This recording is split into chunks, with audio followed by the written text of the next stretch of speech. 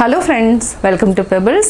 நான் உங்கள் கோபி சுதா. நம்ம இன்னைக்கு செய்ய போகிறது மஷ்ரூம் பிரியாணி. அதாவது என்னன்னா பாசுமதி அரிசியில் 2 பேத்துக்கு அளவு தான் நான் செய்ய போறேன். ரொம்ப சிம்பிளாகவும் இருக்கும். அதாவது நீங்கள் ஈஸியாகவும் கற்றுக்கலாம். அதாவது நியூ லேர்னர்ஸ் இருந்தாங்கன்னா ரொம்ப ஈஸியாக கற்றுக்கலாம். அதாவது நியூலி மேரீடாக இருந்துச்சுன்னா அவங்களுக்கு எல்லாமே இது வந்து ரொம்ப ஈஸியாகவும் இருக்கும். இது என்னென்னா ஒரே ஒரு பெரிய வெங்காயம் 2 தக்காளி இது கூட வந்து கொஞ்சமாக புதினா கொத்தமல்லி அது மட்டும் இல்லாமல் மசாலா வந்து எவ்வளோ ஆட் பண்ணி பண்ணணும் அப்படிங்கிறத நான் வந்து சிம்பிளாக சொல்லி கொடுத்துருக்குறேன். வாங்க வீடியோக்குள்ளே போகலாம். நம்ம இன்றைக்கி மஷ்ரூம் பிரியாணி வந்து 2 பேர் சாப்பிட்ற அளவுக்கு தான் செய்ய போகிறோம். அதாவது ரொம்ப சிம்பிளாக தான் செய்ய போகிறோம். இதுக்கு என்னென்னா 200 கிராம் பாசுமதி அரிசி எடுத்துக்கலாம். இது வந்து என்னென்னா கரெக்டாக 200 கிராம் அளவு இருக்குது. இதுக்கு வந்து என்ன ஒரே ஒரு பேக்கெட் வந்து மஷ்ரூம் எடுத்துக்கலாம்.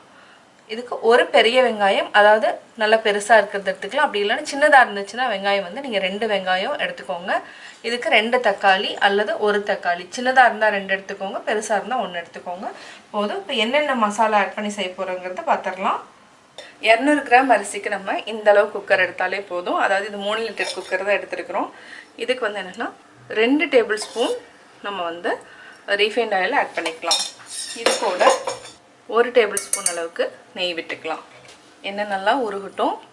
எண்ணெய் உருகினதுக்கப்புறம் பிரிஞ்சி இலை, பட்டை, 1 ஏலக்காய், 3 லவங்கம், மராட்டி முக்கு இப்போ ஆட் பண்ணிக்கலாம். பட்டை, 1 மராட்டி முக்கு, 1 ஏலக்காய், பிரிஞ்சி இலை, லவங்கம். இது வந்து என்னென்னா நல்லா அதாவது ஸ்மெல் வர ஆரம்பித்ததுக்கப்புறம் நம்ம வெங்காயத்தை ஆட் பண்ணிக்கலாம். இது கூட ஒரு 3 முந்திரியும் ஆட் பண்ணிக்கலாம். இப்போ நம்ம வெங்காயத்தை ஆட் பண்ணிக்கலாம். நம்ம எடுத்துருக்கிறது வந்து பெரிய வெங்காயத்தில் பெருசாக இருக்கிறதுனால 1 மட்டும் ஆட் பண்ணியிருக்கிறோம். நீங்கள் வந்து சின்னதாக இருந்துச்சுன்னா 2 ஆட் பண்ணிக்கோங்க. அதாவது 100 கிராமுக்கு ஒரு வெங்காயம் அந்த விகிதத்தில் நான் வந்து ஆட் பண்ணியிருக்கிறேன். வெங்காயம் நல்லா ஃப்ரை பண்ணிட்டோம். இதுக்கு வந்து 1 டேபிள் ஸ்பூன் அளவுக்கு நம்ம இஞ்சி பூண்டு பேஸ்ட்டு ஆட் பண்ணிக்கலாம். ஜாஸ்தி ஆட் பண்ண வேண்டாம். நம்ம ஏன்னா 200 கிராம்ஸ் அளவுக்கு தான் ரைஸ் எடுக்கிறோம், அதனால் கம்மியாகவே ஆட் பண்ணிக்கலாம். இப்போ சிம்மில் வச்சுக்கோங்க, ஏன்னா அடி பிடிக்கும். பச்சை வாசம் போகிற வரைக்கும் வதக்கிக்கலாம். ஒரு 30 செகண்ட் வரைக்கும் வதக்கிக்கலாம். அடுத்து நம்ம கொஞ்சமாக உப்பு ஆட் பண்ணிக்கலாம். வதக்கிட்டோம். இப்போ நம்ம கட் பண்ணி வச்சுருக்கிற தக்காளி ஆட் பண்ணிக்கலாம். நான் வந்து உங்களுக்கு 2 தக்காளி காமிச்சேன், ஆனால் நான் வந்து 1 தான் ஆட் பண்ணியிருக்கிறேன். இந்த அளவுக்கு இருந்தாலே போதும். இப்போ நம்ம பச்சை மிளகாய் ஆட் பண்ணிக்கலாம். இது கூட என்னென்ன மசாலா ஆட் பண்ண போகிறோங்கிறத பார்க்கலாம். ஃபஸ்ட்டு பச்சை மிளகாய் போட்டுக்கலாம். ஒரு 1/2 டேபிள் ஸ்பூன் அளவுக்கு நம்ம மிளகாய் தூள் ஆட் பண்ணிக்கலாம். அதே அளவுக்கு 1/2 டேபிள் ஸ்பூன் அளவுக்கு மல்லித்தூள், 1/4 டீஸ்பூன் அளவுக்கு கரம் மசாலா, பிரியாணி மசாலா 3/4 டீஸ்பூன் அளவுக்கு ஆட் பண்ணிக்கலாம். இதை நல்லா மிக்ஸ் பண்ணி விடுங்க. ஏன்னா காரம் வந்து ஆல்ரெடி இந்த பச்சை மிளகாய் வந்து நல்லா காரமாக இருக்கிறதுனால நம்ம மிளகாத்தூள் பிரியாணி மசாலா அளவு கொஞ்சமாக கம்மி பண்ணிட்டோம். இப்போ நம்ம கொஞ்சமாக வந்து அதாவது 1/2 கைப்பிடி அளவுக்கு வந்து மல்லி இலையை கட் பண்ணியிருக்கிறோம், பொடியாக கட் பண்ணி இதையும் ஆட் பண்ணிக்கலாம். 1 கைப்பிடி அளவுக்கு புதினா. ஒரு சிலர் வந்து என்னென்னா பச்சை மிளகாய், புதினா, கொத்தமல்லியை அரைச்சும் ஆட் பண்ணுவாங்க. அது கூட சின்ன வெங்காயம், அது வந்து வேறு மெத்தட். உங்களுக்கு அது ஒரு டேஸ்ட் வரும். இந்த டேஸ்ட் வந்து என்னென்னா நம்ம நார்மலாக பிரியாணி செய்கிற டேஸ்ட் வரும். நம்ம இதுக்கு பார்த்திங்கன்னா எண்ணெய் எல்லாமே கம்மியாக தான் ஆட் பண்ணி தான் செய்கிறோம், ஜாஸ்தி எதுவுமே ஆட் பண்ணல. உங்களுக்கு வந்து நெய்னோட ஃப்ளேவர் வந்து பிடிக்கும் அப்படின்னா இன்னும் 1 டீஸ்பூன் அளவுக்கு நெய் ஆட் பண்ணிக்கோங்க. இப்போ நம்ம அடுத்தது இந்த பச்சை வாசம் போனதுக்கப்புறம் நம்ம மஷ்ரூமை ஆட் பண்ணிக்கலாம். நல்லா மிக்ஸ் பண்ணி விடுங்க. இதுலேயே வந்து தண்ணி விட ஆரம்பிக்கும்.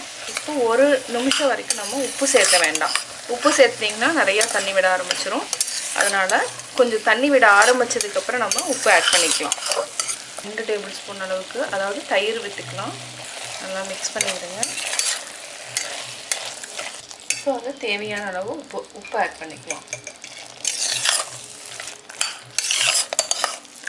மஷ்ரூம் நல்லா வெந்துருச்சு. அதே மாதிரி அதாவது மசாலானோட பச்சை வாசம் போயிடுச்சு. இப்போ நம்ம தண்ணி ஆட் பண்ணிக்கலாம். தண்ணி வந்து நம்ம இதில் 1 டம்ளர் அளவுக்கு நம்ம எடுத்துருக்குறோம். இதில் வந்து என்னென்னா நம்ம 1 டம்ளர் அளவுக்கு தண்ணி விட்டாலே போதும்.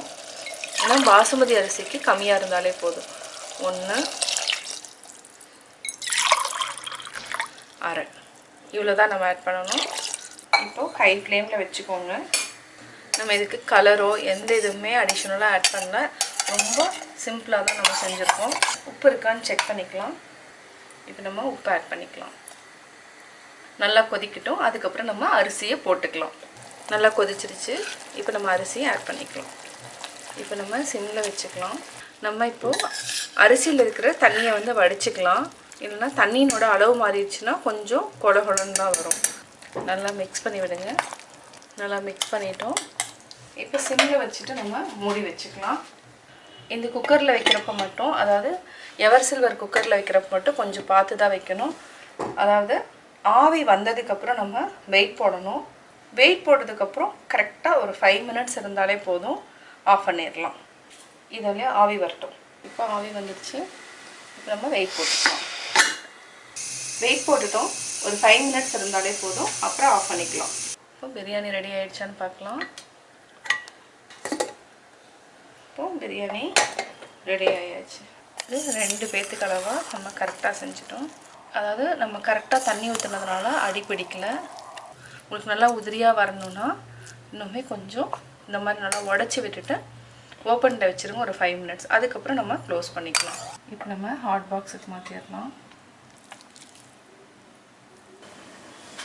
சுவையான மஷ்ரூம் பிரியாணி 2 பேருக்கு ரெடி. மஷ்ரூம் பிரியாணி எப்படி செஞ்சீங்கிறத பார்த்தீங்க. இதை நீங்கள் வீட்டில் ட்ரை பண்ணி பாருங்கள். பார்த்துட்டு உங்களுடைய கமெண்ட்ஸ் எனக்கு சொல்லுங்கள். லைக் பண்ணுங்கள், ஷேர் பண்ணுங்கள், மறக்காமல் சப்ஸ்கிரைப் பண்ணுங்கள்.